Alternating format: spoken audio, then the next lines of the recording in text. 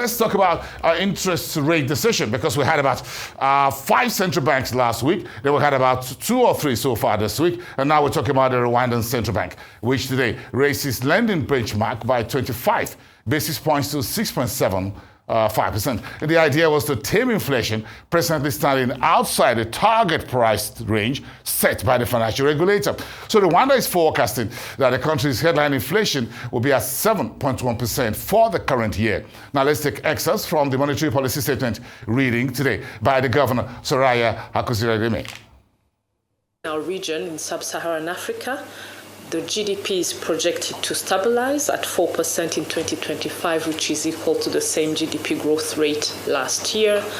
And next year in 2026, growth would recover with expectations of continued improvement at 4.3%, reflecting the region's economic resilience. As a committee, we also looked at global inflation trends. Global inflation is overall easing, with a projection of inflation rate at 4.2% compared to 5.6% that we had in 2024. In sub-Saharan Africa, it's the same trend. When we had last year an inflation rate at 18.3%, the inflation it projects it to decrease at 13.3% in 2025. It's still high, and risks such as currency depreciation and food price volatility persist in some economies in our region. We looked at commodity prices, which are projected to decline. As you can see, be it on the energy index or non-energy index, they're all falling, with energy prices expected to fall by 17.4% this year, following OPEC's decisions to increase supply.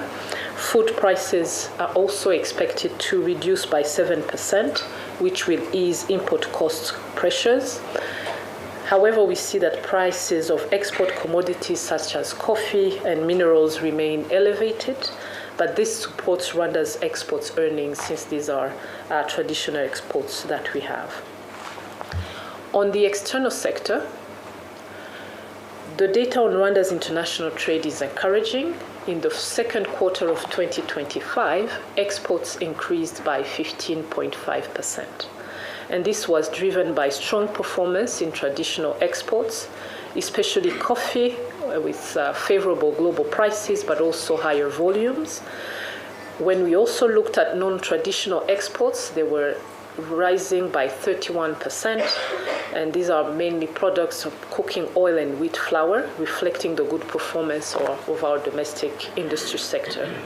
On the other hand, we saw that imports grew only by 3.3% in the second quarter of 2025, reflecting a moderate increase in the imports of intermediate goods and notable declines in fuel and capital goods imports, while increases in consumer goods were driven by domestic demand.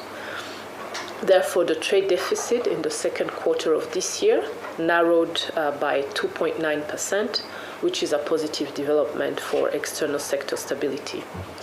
This has an impact on our foreign exchange market, where foreign exchange pressures reduced when we compare the second quarter of 2025 and the same period in 2024. At the end of June 2025, the depreciation of the Rwandan franc against the US dollars was at 2.96%, whereas a year prior it was at 3.73%.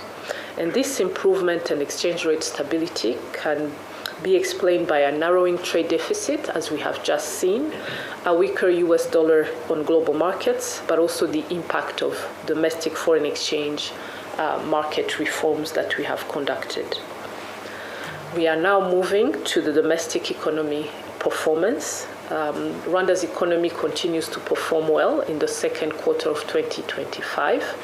As you may recall, in the first quarter of this year, GDP growth stood at 7.8%, with broad-based contribution from services and industry, and a modest recovery in agriculture.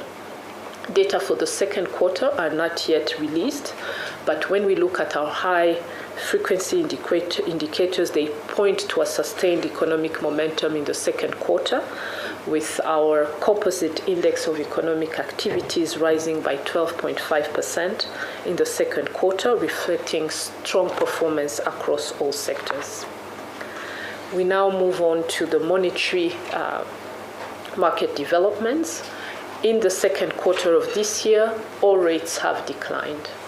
Starting with money market rates, the interbank rate on average in the second quarter was at 6.3% compared to 8.14% that we had in the same period in 2024. In line with the CBR, the deposit rate also has reduced to 9.75%. This is in comparison to 10.17% deposit rate we had in the same quarter, in the same period in 2024. And in the lending rate on average, they also decreased at 15.97%, which is a decrease from the 16.25% that we had in 2024 in the second quarter. As a committee, we looked at inflation developments domestically. For the second quarter, headline inflation has stabilized at 6.7%. This was driven mainly by a decline in core inflation that has offset an increase we've seen in fresh food, but also an uptick in energy deflation. The decline that we noted in core inflation reflects lower transport inflation, with the fading impact of upward revision of transport services a year ago, and this offset increases in core hotels and food inflation. For fresh food inflation, the increase is driven by higher vegetables inflation, reflecting the end of season A, but also the delayed season B harvests. When we take a look back at inflation trend since 2022, you may recall that we had very high inflation in 2022 and 2023, and a core inflation, which excludes volatile elements of the consumer price index, it's the yellow bar on the chart, consistently reduced from the first quarter of 2024, and we had a peak in November 2022. Thanks to the monetary policy stance and other policy measures to maintain price stability.